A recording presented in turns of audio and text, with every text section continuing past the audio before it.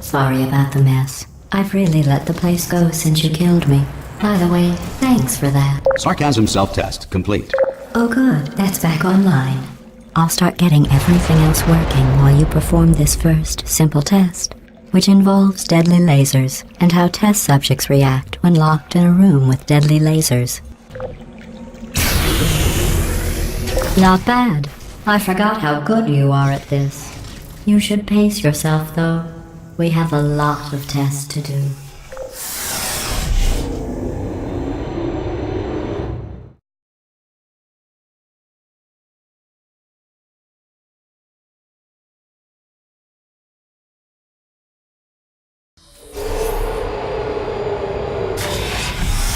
This next test involves discouragement redirection cubes. I just finished building them before you had your, episode. So now we'll both get to see how they work. There should be one in the corner.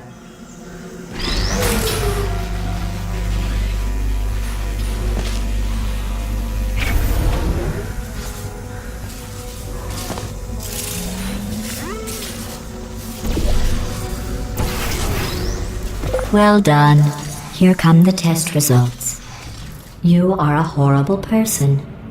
That's what it says. A horrible person. We weren't even testing for that.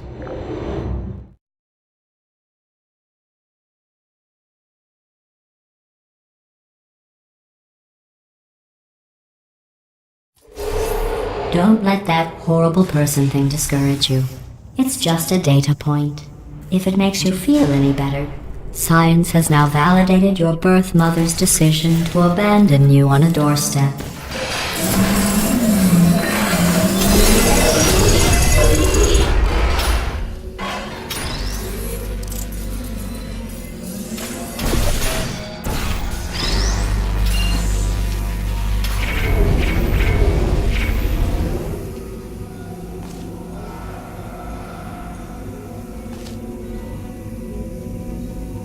Congratulations. Not on the test.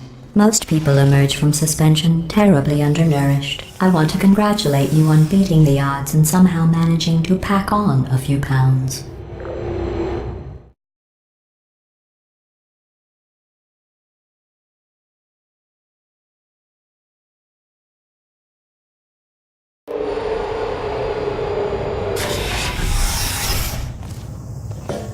One moment.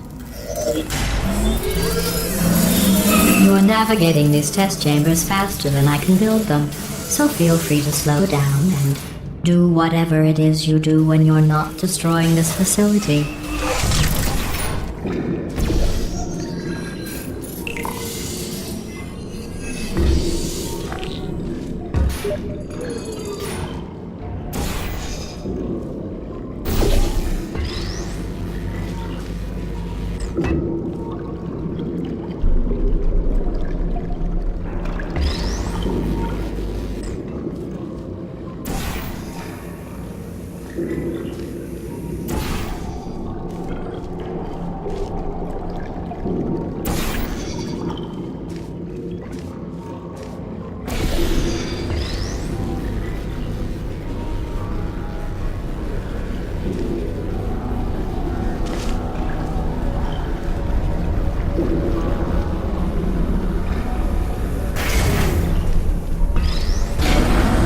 Give you credit.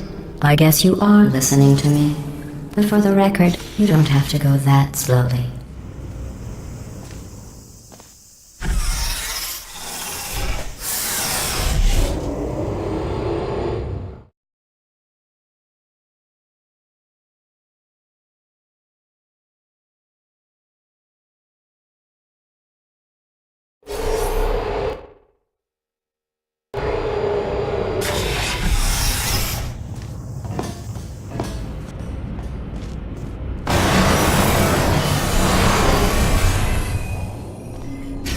This next test involves the Aperture Science aerial faceplate. It was part of an initiative to investigate how well test subjects could solve problems when they were catapulted into space. Results were highly informative. They could not.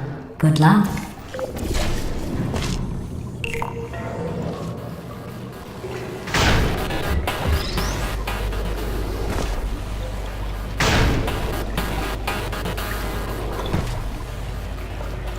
Here's an interesting fact. You're not breathing real air. It's too expensive to pump this far down. We just take carbon dioxide out of a room, freshen it up a little, and pump it back in. So you'll be breathing the same room full of air for the rest of your life. I thought that was interesting.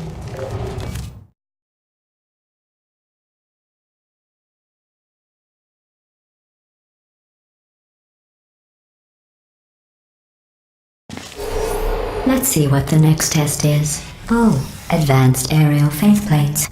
Well, have fun soaring through the air without a care in the world. I have to go to the wing that was made entirely of glass and pick up 15 acres of broken glass. By myself.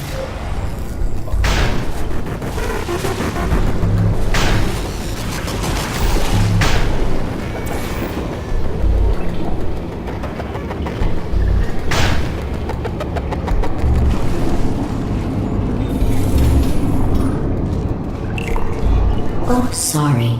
I'm still cleaning out the test chambers, so sometimes there's still trash in them, standing around, smelling and being useless. Try to avoid the garbage hurtling towards you.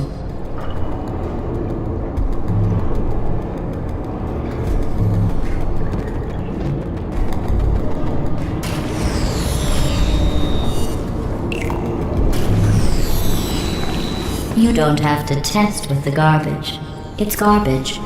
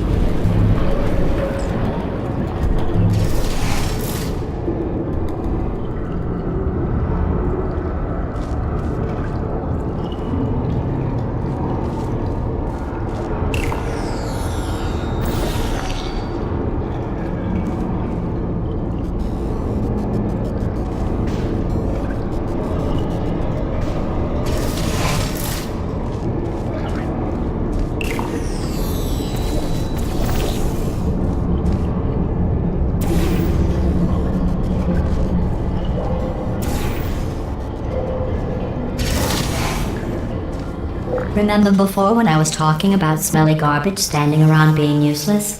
That was a metaphor. I was actually talking about you. And I'm sorry. You didn't react at the time, so I was worried it sailed right over your head, which would have made this apology seem insane. That's why I had to call you garbage a second time just now.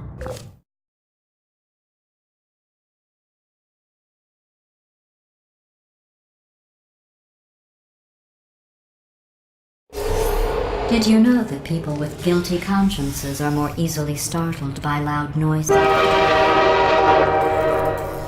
I'm sorry, I don't know why that went off. Anyway, just an interesting science fact. Oh, did I accidentally fizzle that before you could complete the test? I'm sorry. Go ahead and grab another one. Oh, no. I fizzled that one too. Oh well, we have warehouses full of the things. Absolutely worthless. I'm happy to get rid of them.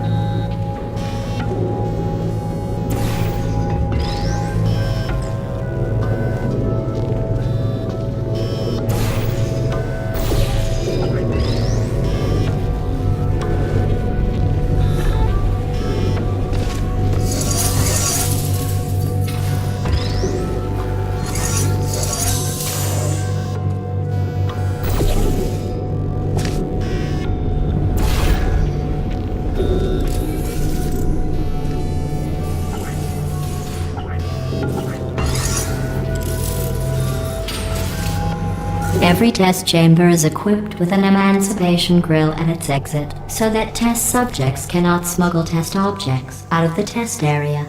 This one is broken. Don't take anything with you. I think that one was about to say, I love you. They are sentient, of course. We just have a lot of them.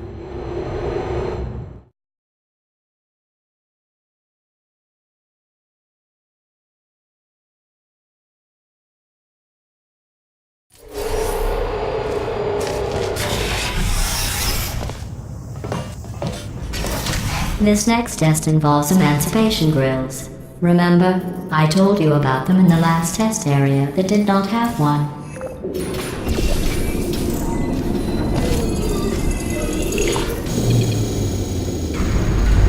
Oh no, the turbines again. I have to go. Wait, this next test does require some explanation. Let me give you the fast version. There. If you have any questions, just remember what I said in slow motion. Test on your own recognizance. I'll be right back.